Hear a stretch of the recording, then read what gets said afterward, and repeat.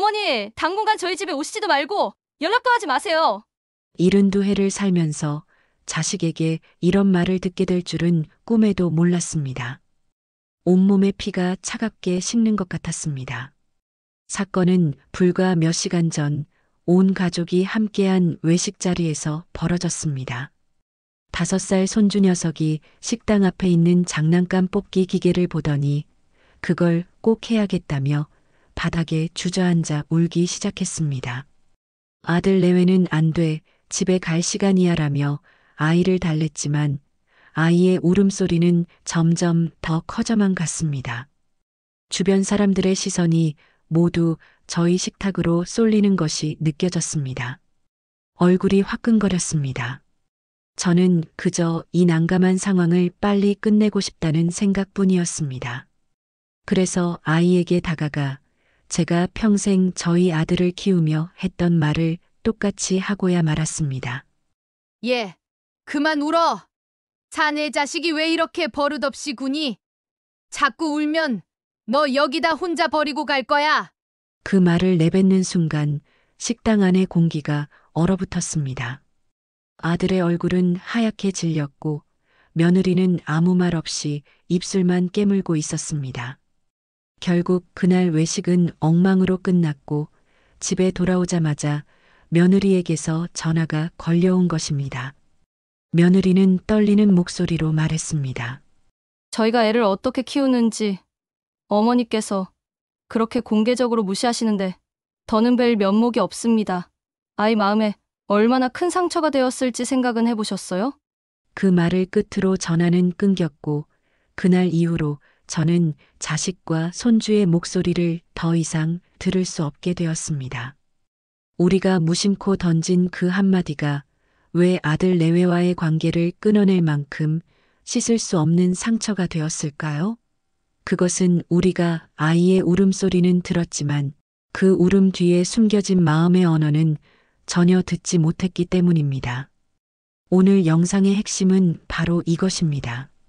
아이의 떼쓰기는 나쁜 버릇이 아니라 자신의 감정을 표현할 다른 방법을 배우지 못한 아이가 보내는 도와달라는 구조 신호입니다. 아이들은 어른처럼 나 지금 저 장난감을 못 가져서 너무 속상하고 서운해요 라고 말할 줄 모릅니다. 그 대신 그 감정을 온몸으로 표현할 뿐입니다.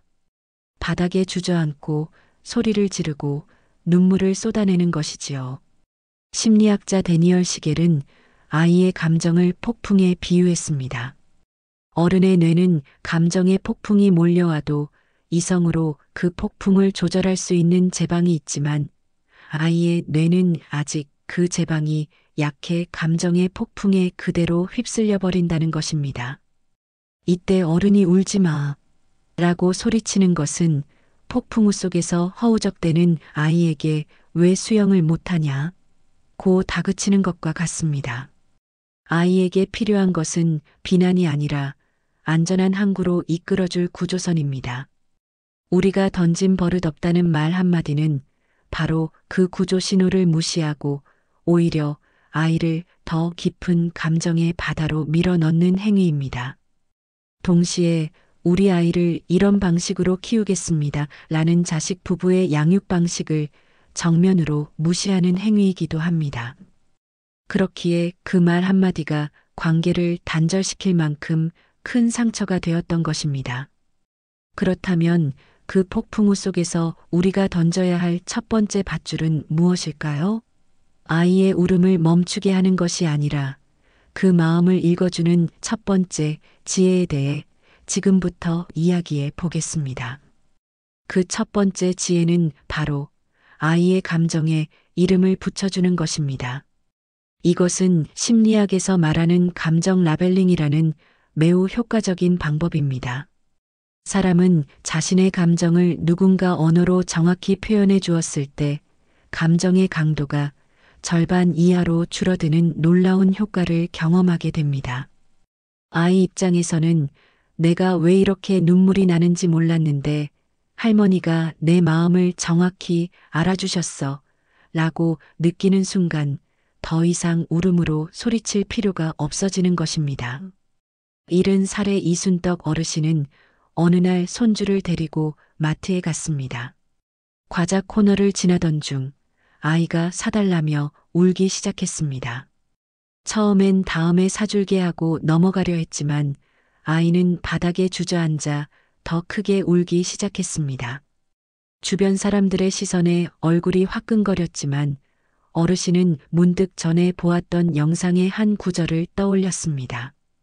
울음을 멈추게 하려 하지 말고 그 감정 옆에 함께 있어줘라. 어르신은 조용히 손주 옆에 쭈그려 앉아 아이의 등을 천천히 쓰다듬으며 아주 부드러운 목소리로 이렇게 말했습니다. 많이 갖고 싶었구나. 저 과자 못 가지니까 정말 속상했구나. 단 한마디의 판단도 꾸짖음도 없었습니다. 그저 아이의 마음을 말로 옮겨주었을 뿐입니다. 놀랍게도 아이는 울음을 그치고 고개를 돌려 할머니를 바라보더니 울먹이며 말했습니다. 응, 너무 갖고 싶었어. 그 순간 아이의 감정은 풀렸고 아이는 할머니의 손을 잡고 다시 일어났습니다. 이것이 바로 감정 라벨링의 힘입니다. 아이가 때를 쓰는 진짜 목적은 장난감을 얻어내는 것이 아니라 내 마음 좀 알아달라는 간절한 외침이기 때문입니다. 우리가 그 마음을 정확히 언어로 통역해주는 순간 아이는 자신의 감정이 존중받았다고 느끼며 안정을 되찾게 됩니다. 예를 들어 놀이터에서 더 놀고 싶다고 우는 아이에게는 그만해. 이제 집에 가야지. 라고 말하는 대신 아, 놀이가 이제 막 재미있어지는데 멈추려니까 정말 아쉽구나. 더 놀고 싶은 마음이 가득하구나. 라고 말해주는 것입니다. 이 말 한마디가 아이에게는 할머니는 내 편이구나 라는 깊은 신뢰감을 줍니다. 우리는 어른이기에 아이가 아직 익숙하지 않은 감정의 폭풍 속에서 길을 잃지 않도록 속상함, 아쉬움, 서운함과 같은 감정의 이름표를 붙여줄 수 있어야 합니다. 아이가 넘어졌을 때 손잡고 일으켜주는 것처럼 감정에 휩쓸렸을 땐 그 감정의 이름을 정확히 불러주는 것. 그것이 바로 아이의 마음을 얻는 첫 번째 지혜입니다. 그렇다면 아이의 감정을 읽어준 다음 우리는 어떻게 행동해야 할까요? 아이의 감정 폭풍을 잠재우는 두 번째 기술이 바로 이어집니다. 아이의 감정을 읽어준 다음 우리는 어떻게 행동해야 할까요? 아이의 감정 폭풍을 잠재우는 두 번째 기술이 바로 이어집니다. 두 번째 기술은 어쩌면 우리 시니어들이 젊은 부모들보다 훨씬 더 잘할 수 있는 것일지도 모릅니다. 그것은 바로 말없이 기다려주는 것입니다. 아이의 감정 폭풍이 스스로 지나갈 때까지 그 곁에서 조용히 함께 있어주는 것입니다. 우리는 아이가 울면 불안해집니다. 이 울음을 빨리 멈춰야 한다는 생각에 그만해, 뚝 하며 아이의 감정을 억지로 누르려 합니다. 하지만 이는 불난집에 기름을 붓는 것과 같습니다. 아이의 감정은 억누를수록 더 거세게 폭발하기 때문입니다. 지혜로운 어른은 불을 끄려 달려드는 대신 불길이 스스로 잦아들 때까지 안전한 거리를 유지하며 곁을 지켜줍니다. 아이의 감정이 폭주하는 상황에서 화내거나 무시하지 않고 그저 가만히 기다려주는 태도가 때로는 가장 강력한 힘을 발휘합니다. 여기에는 놀라운 뇌과학적 원리가 숨어 있습니다. 바로 거울 뉴런 효과입니다. 아이의 뇌는 어른의 감정을 거울처럼 그대로 비추고 따라합니다. 우리가 당황하고 불안해하면 아이는 아, 지금은 위험하고 불안한 상황이구나 라고 느껴 더 크게 울음을 터뜨립니다. 반대로 우리가 태산처럼 묵묵하고 고요한 표정으로 곁에 있어주면 아이의 뇌는 그 차분한 기운을 그대로 흡수하여 스스로 안정을 되찾기 시작합니다. 우리의 침묵과 기다림이 아이에게는 괜찮아. 이 폭풍은 곧 지나갈 거야. 내가 옆에 있잖니 라는 가장 강력한 메시지로 전달되는 것입니다. 올해 69이 되신 한 할아버지의 이야기입니다. 놀이터에서 신나게 놀던 손주가 집에 갈 시간이 되자 갑자기 바닥에 드러누워 떼를 쓰기 시작했습니다. 주변 엄마들의 시선이 모두 쏠리는 난감한 상황이었습니다. 예전 같았으면 너 당장 일어나지 못해 하고 호통을 치셨을 겁니다. 하지만 그날 할아버지는 조금 다른 방법을 택했습니다. 그는 아무 말 없이 근처 벤치에 조용히 앉아 손주를 그저 묵묵히 바라보았습니다. 화난 표정도 걱정하는 표정도 아니었습니다. 그저 나는 여기에 있단다 하는 담담한 눈빛이었습니다. 1분이 지났을까 아이의 울음소리가 조금씩 잦아들기 시작했습니다. 아이는 울음을 그치고 힐끔힐끔 할아버지를 쳐다보았습니다. 할아버지는 여전히 같은 표정으로 앉아 있었습니다. 그러자 아이는 스스로 자리에서 일어나 옷에 흙을 툭툭 털더니 아무 일 없었다는 듯 할아버지에게 다가와 손을 내밀었다고 합니다. 이것이 바로 기다림의 힘입니다. 기다림은 아이에게 두 가지 중요한 사실을 가르쳐 줍니다. 첫째, 자신의 감정이 틀린 것이 아니며 존중받고 있다는 느낌. 둘째, 격렬한 감정은 결국 시간이 지나면 스스로 가라앉는다는 사실을 몸으로 배우게 됩니다. 기다림은 말보다 강합니다. 말없이 바라봐주는 30초가 100마디 훈계보다 더 강력한 가르침을 줄 수 있습니다. 이처럼 아이의 감정을 읽어주고 말없이 기다려주는 것. 이 두 가지 기술의 바탕에는 공통된 하나의 원리가 숨어 있습니다. 그것은 아이가 어른의 말을 듣는 것이 아니라 표정과 분위기를 읽는다는 사실입니다. 아이의 마음을 여는 세 번째 열쇠는 바로 우리의 얼굴에 있습니다. 세 번째 기술이자 앞선 두 가지 기술을 완성하는 가장 중요한 열쇠는 바로 분위기의 언어를 사용하는 것입니다. 어른들은 말로 관계를 맺지만 아이들은 분위기로 관계를 읽습니다. 아이는 우리의 말이 아니라 우리의 표정과 눈빛, 그리고 우리가 내뿜는 차분한 기운을 먼저 받아들이기 때문입니다. 우리는 아이에게 안 된다고 설명했잖아. 왜 자꾸 뗐어? 라며 말로 설득하려 합니다. 하지만 그 순간 우리의 표정이 굳어 있고 말투가 차갑다면 아이의 뇌는 그 말을 설명이 아닌 공격으로 받아들입니다. 그 순간 아이는 듣는 것을 멈추고 자신을 방어하기 위해 더 큰 울음을 터뜨립니다. 심리학에서는 이를 에너지 언어라고 부릅니다. 말보다 먼저 오고 말보다 강한 감정의 교류이지요. 아이는 본능적으로 느낍니다. 지금 이 어른은 내 편인가? 내가 이렇게 울어도 이 공간은 안전한가? 하는 것들을 말입니다. 70살의 한 할머니는 손주가 유치원에 가기 싫다며 현관문 앞에서 버티고 앉아 울던 날을 잊지 못한다고 합니다. 아들 내외는 출근 시간 때문에 발을 동동 구르고 있었고 아이의 울음소리는 아침의 고요를 깨뜨리고 있었습니다. 평소 같았으면 너 때문에 모두가 늦잖아 하고 소리를 질렀을 겁니다. 하지만 그날 할머니는 조금 다른 방법을 택했습니다. 그녀는 아이 앞에 조용히 다가가 무릎을 굽혀 앉았습니다. 그리고 아무 말도 하지 않고 자신의 두 손을 가슴 위에 가만히 올린 채 아이와 부드럽게 눈을 맞췄습니다. 그 표정에는 화냄도 걱정도 애원도 담겨 있지 않았습니다. 단지 괜찮다. 내 감정 그대로 있어도 괜찮아 라는 고요한 수용만이 담겨 있었죠. 아이는 신기하게도 울음을 그치고 할머니의 손을 바라보다가 이내 스스로 자리에서 일어나 말없이 신발을 신었다고 합니다. 이것이 바로 분위기의 언어가 가진 힘입니다. 그래서 우리는 아이에게 어떤 말을 할지 고민하기 전에 내 몸의 언어부터 점검해야 합니다. 절대 하지 말아야 할 표정은 미간을 찌푸리거나 한숨을 쉬거나 너 때문에 못 살겠다는 식의 지친 표정입니다. 이런 표정은 아이에게 너의 감정은 틀렸어라고 말하는 것과 같습니다. 대신 우리가 보여줘야 할 것은 괜찮다. 나는 흔들리지 않는다는 부드럽고 단단한 표정입니다. 입은 굳게 닫고 눈은 부드럽게 마주치며 무엇보다 숨을 한번 깊게 들이마시고 천천히 내쉬는 것.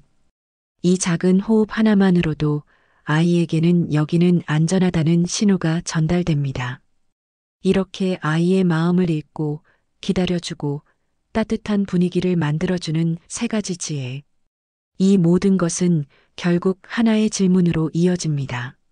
나는 손주에게 어떤 존재가 되고 싶은가? 훈육하는 조부모가 아니라 마음을 안아주는 조부모가 되기로 결심했다면 이제 우리는 이 기술을 실제 상황에서 어떻게 적용해야 할지, 그리고 그 과정에서 아들 내외와의 관계는 어떻게 지켜나가야 할지 알아보아야 합니다. 아무리 좋은 기술이라도 그것이 아들 내외의 양육 방식을 존중하지 않는다면 우리는 손주의 마음을 얻는 대신 자식의 마음을 잃게 될지도 모릅니다. 그래서 우리가 배운 이 모든 지혜를 실천하기에 앞서 반드시 기억해야 할 대원칙이 있습니다. 그것은 바로 나는 손주의 부모가 아니라 조부모라는 사실을 인정하는 것입니다. 우리에게는 수십 년간 자식을 키워온 경험이 있습니다. 그래서 아이를 보면 어떤 것이 아이에게 좋고 나쁜지, 지금 이 아이를 어떻게 다뤄야 하는지가 본능적으로 보입니다. 하지만 바로 그 경험이 때로는 아들 내외와의 관계에 가장 큰 걸림돌이 되기도 합니다. 우리의 눈에는 아직 서툴고 미숙해 보이는 아들 녀석과 며느리가 지금은 한 아이의 세상에서 가장 중요한 부모이기 때문입니다. 71살의 한 어르신은 이 원칙을 깨닫기 전까지 며느리와의 관계가 무척 힘들었다고 합니다. 거실에서 손주가 텔레비전을 보고 있을 때 며느리가 다가와 말했습니다. 이제 약속한 시간 다 됐네. 그만 끄자. 아이가 더 보고 싶다며 칭얼거리기 시작하자 어르신의 마음속에서는 그까짓 만화 영화 10분 더 보여주는 게 뭐라고 애를 울리나 하는 생각이 불쑥 솟아올랐습니다. 예전 같았으면 그냥 10분만 더 보게 해라 하며 며느리의 교육 방식에 개입했을 겁니다. 하지만 그 순간 어르신은 입술을 꾹 깨물었다고 합니다. 그리고 대신 아이에게 다가가 이렇게 말했습니다. 아이고, 우리 손주. 만화가 이제 막 재미있어지는데 엄마가 끄라고 해서 많이 서운하구나. 할머니도 어릴 때 제일 재미있는 부분에서 드라마가 끝나면 그렇게 아쉽더라. 그렇게 아이의 감정을 먼저 읽어준 뒤 며느리를 쳐다보며 말했습니다. 그래도 엄마와의 약속은 약속이니까. 우리 손주 씩씩하게 TV 끄고 대신 할머니랑 재미있는 책 읽을까? 이것이 바로 지혜로운 조부모의 역할입니다. 아이의 감정을 공감해주되 최종적인 규칙과 훈육의 권한은 부모에게 있음을 존중하고 지지해주는 것입니다. 우리의 역할은 아들 내외를 대신하여 아이를 키우는 것이 아니라 그들이 좋은 부모가 될 수 있도록 뒤에서 묵묵히 응원하고 지지하는 지원군이 되는 것입니다. 아이 앞에서 절대로 아들 내외의 양육 방식을 비판해서는 안 됩니다. 그 순간 우리는 아이에게 엄마 아빠의 말보다 할머니의 말이 더 위에 있다는 혼란스러운 신호를 주게 되고 이는 결국 가족 전체의 질서를 무너뜨리는 결과를 낳습니다. 손주에게 가장 좋은 것을 해주고 싶은 우리의 사랑이 자칫 아들 내외의 자존감을 무너뜨리고 그들의 자리를 빼앗는 월권이 되어서는 안 됩니다. 우리는 한 걸음 물러서서 아이의 마음을 보듬어주는 따뜻한 사랑의 공급자가 되어야 합니다. 이렇게 손주를 대하는 나의 역할과 원칙을 바로 세웠다면 이제 우리는 아들 내외와 어떻게 소통해야 할까요? 훈육관이 다른 며느리, 아들과 갈등 없이 지혜롭게 협력하는 방법에 대한 이야기가 바로 이어집니다. 아무리 좋은 기술이라도 그것이 아들 내외와의 충분한 소통과 합의 없이 이루어진다면 또 다른 갈등의 불씨가 될 수 있습니다. 여섯 번째 지혜는 바로 손주를 함께 키우는 팀으로서 아들 내외와 갈등 없이 협력하는 소통의 기술입니다. 우리와 우리 자식 세대는 살아온 시대가 다르고 육아에 대한 정보와 가치관도 다를 수밖에 없습니다. 우리는 아이의 버릇을 잡는 것을 중요하게 생각했지만 요즘 부모들은 아이의 감정을 존중하는 것을 더 중요하게 여깁니다. 이 차이를 인정하지 않으면 우리의 모든 선한 의도는 구시대적인 간섭으로 비칠 수 있습니다. 68배 한 어르신은 며느리와의 관계가 어색해질 때마다 이 방법을 사용한다고 합니다. 손주가 없을 때 조용히 며느리와 차 한 잔을 마시며 이렇게 먼저 말을 건네는 것입니다. 얘야, 내가 너희들 아이 키우는 것 보니 참 대단하다는 생각이 들더라. 우리 때랑은 많이 다른데 참 지혜롭게 잘하는 것 같아. 이렇게 칭찬으로 대화를 시작하면 며느리의 마음은 자연스럽게 열리게 됩니다. 그때 조심스럽게 물어보는 것입니다. 혹시 내가 손주를 돌볼 때 너희들의 방식과 달라서 불편하게 하는 점은 없었니? 내가 꼭 지켜줬으면 하는 원칙이 있다면 이 늙은이 가르쳐 준다고 생각하고 편하게 이야기해 주렴. 나는 너희를 돕고 싶지 방해하고 싶은 마음은 조금도 없단다. 이 말 한마디가 바로 나는 너의 양육 방식을 존중한다. 나는 너의 팀원이 되고 싶다는 가장 강력한 신호입니다. 이 신호를 받은 며느리는 비로소 시어머니를 경쟁자나 감시자가 아닌 자신의 가장 든든한 지원군으로 느끼게 됩니다. 그리고 그때부터 진짜 협력이 시작됩니다.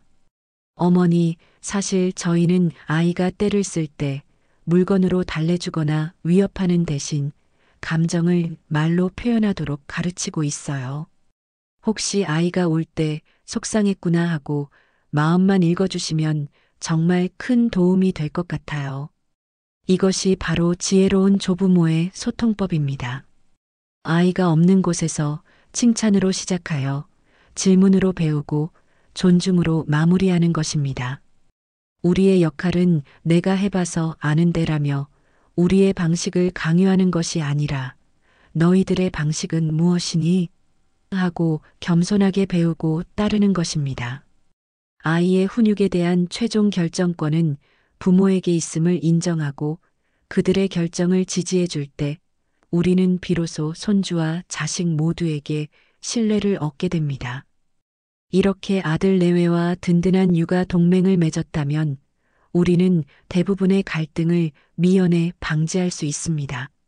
하지만 우리 역시 사람인지라 평생의 습관이 불쑥 튀어나와 의도치 않게 실수를 저지를 때도 있습니다. 바로 그때 이 실수를 어떻게 만회하고 관계를 회복하는지가 진정한 지혜의 마지막 단계를 결정합니다. 그 이야기가 바로 이어집니다. 7번째 지혜는 어쩌면 우리가 가장 두려워하지만 동시에 관계를 가장 단단하게 만드는 열쇠일지도 모릅니다. 그것은 바로 실수했을 때 진심으로 사과하는 용기입니다. 도입부에서 말씀드렸던 72세 박은혜 어르신의 이야기를 다시 떠올려 보겠습니다. 그녀는 손주가 떼를 쓰는 상황에서 아들 내외의 양육 방식을 무시하는 말 한마디를 던졌다가 결국 당분간 연락하지 말라는 통보를 받았습니다. 며칠 동안 어르신은 서운함과 억울함에 잠을 이루지 못했습니다. 다 손주 잘 되라고 한 소리였는데 어떻게 부모에게 저런 말을 할 수 있나 하는 생각이 머릿속을 떠나지 않았습니다. 하지만 시간이 지나고 감정이 가라앉아 조금 다른 생각이 들기 시작했습니다. 손주가 아니라 아들 내외의 입장에서 그날의 상황을 되짚어 보게 된 것입니다. 사람들 앞에서 공개적으로 자신들의 교육 방식이 틀렸다고 지적받았을 때 얼마나 당혹스럽고 창피했을까? 아이의 할머니이자 자신의 어머니에게 존중받지 못했다는 생각에 얼마나 큰 상처를 받았을까? 그제야 어르신은 깨달았습니다. 자신의 말이 사랑이라는 이름으로 포장된 폭력이었을 수 있다는 것을요. 그녀는 며칠을 고민한 끝에 아들에게 장문의 문자 메시지를 보냈습니다. 전화로 이야기하면 또 감정이 앞서 변명하게 될까 두려웠기 때문입니다. 아들아, 며칠 동안 곰곰이 생각해 보았다. 그날 식당에서 내가 너희에게 했던 말과 행동은 변명의 여지가 없는 나의 큰 잘못이었다. 너희가 소신껏 아이를 키우는 방식을 존중해주지 못하고 내 낡은 생각만 고집하며 사람들 앞에서 너희에게 큰 상처를 주었구나. 정말 미안하다. 나는 너희의 짐이 되고 싶은 것이 아니라 힘이 되어주는 어머니가 되고 싶단다. 나에게 너희의 방식을 가르쳐줄 기회를 한 번만 더 주지 않겠니? 이 사과에는 3가지 중요한 점이 담겨 있습니다. 첫째, 내가 서운했다면 미안하다가 아니라 나의 행동이 잘못이었다고 온전히 자신의 실수를 인정했습니다. 둘째, 다 너 잘되라고 한 소리였다는 변명을 모두 걷어내고 상대방이 느꼈을 감정 상처에 집중했습니다. 셋째, 앞으로 노력하겠다는 구체적인 변화의 의지를 보여주었습니다. 그 문자를 받은 아들에게서 몇 시간 뒤 답장이 왔습니다. 어머니, 그렇게 말씀해 주셔서 감사해요. 저희도 마음이 많이 힘들었어요. 주말에 한번 찾아뵐게요. 진심 어린 사과는 무너진 관계를 복원하는 가장 강력한 힘을 가지고 있습니다. 내가 어른인데 부모 체면에 하는 생각은 잠시 내려놓아야 합니다. 진정한 권위는 나이에서 나오는 것이 아니라 자신의 실수를 인정하고 먼저 손 내밀 줄 아는 용기에서 나옵니다. 이렇게 아이의 감정을 이해하고 부모의 권위를 존중하며 때로는 나의 실수를 인정하고 사과할 줄 아는 용기까지 갖추었을 때 우리는 비로소 손주와 자식 모두에게 사랑받는 지혜로운 어른이 될 수 있습니다. 이제 마지막으로 이 모든 지혜를 우리 가슴 속에 어떻게 새기고 일상 속에서 어떻게 실천해야 할지 최종적으로 정리해보는 시간을 갖겠습니다. 오늘 우리는 손주가 때를 쓸 때 무심코 던진 말 한마디가 어떻게 가족관계를 무너뜨릴 수 있는지 그 아픈 이야기에서부터 시작했습니다. 그리고 아이의 행동이 아닌 마음을 읽는 지혜, 부모를 대신하는 것이 아니라 지지하는 지혜, 그리고 실수했을 때 사과하는 용기에 이르기까지 긴 여정을 함께 걸어왔습니다. 이 모든 지혜는 결국 3가지 마음가짐으로 요약될 수 있습니다. 첫째, 아이의 행동이 아닌 감정을 봅니다. 떼쓰는 아이는 나쁜 아이가 아니라 도움이 필요한 아이임을 기억하는 것입니다. 둘째, 훈육하려 말고 함께 있어줍니다. 아이의 감정 폭풍 속에서 야단치는 사람이 아니라 조용히 곁을 지키며 폭풍이 지나가기를 기다려주는 등대가 되어주는 것입니다. 셋째, 자녀를 가르치려 말고 존중합니다. 손주의 부모는 내가 아니라 아들 내외임을 인정하고 그들의 방식을 지지하며 든든한 조력자가 되어주는 것입니다. 도입부에서 소개해드린 어르신처럼 이미 말 한마디의 실수로 관계가 멀어졌다고 느끼는 분이 계실지도 모릅니다. 괜찮습니다. 늦지 않았습니다.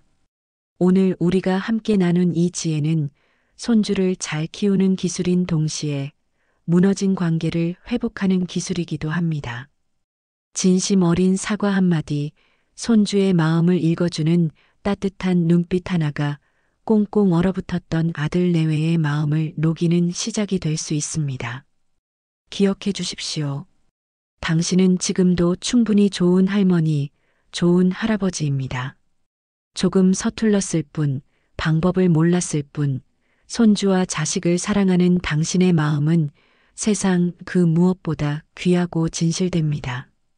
방법을 찾고 싶어 하는 그 마음 자체가 이미 가장 위대한 사랑입니다. 오늘 이야기가 마음에 닿으셨다면 구독과 좋아요로 함께 해주십시오. 같은 고민을 하는 다른 누군가에게 이 영상을 공유해 주시는 것도 큰 힘이 됩니다. 당신의 따뜻한 마음이 누군가에겐 작은 용기와 위로가 될 수 있습니다. 다음 이야기에서 다시 뵙겠습니다. 감사합니다.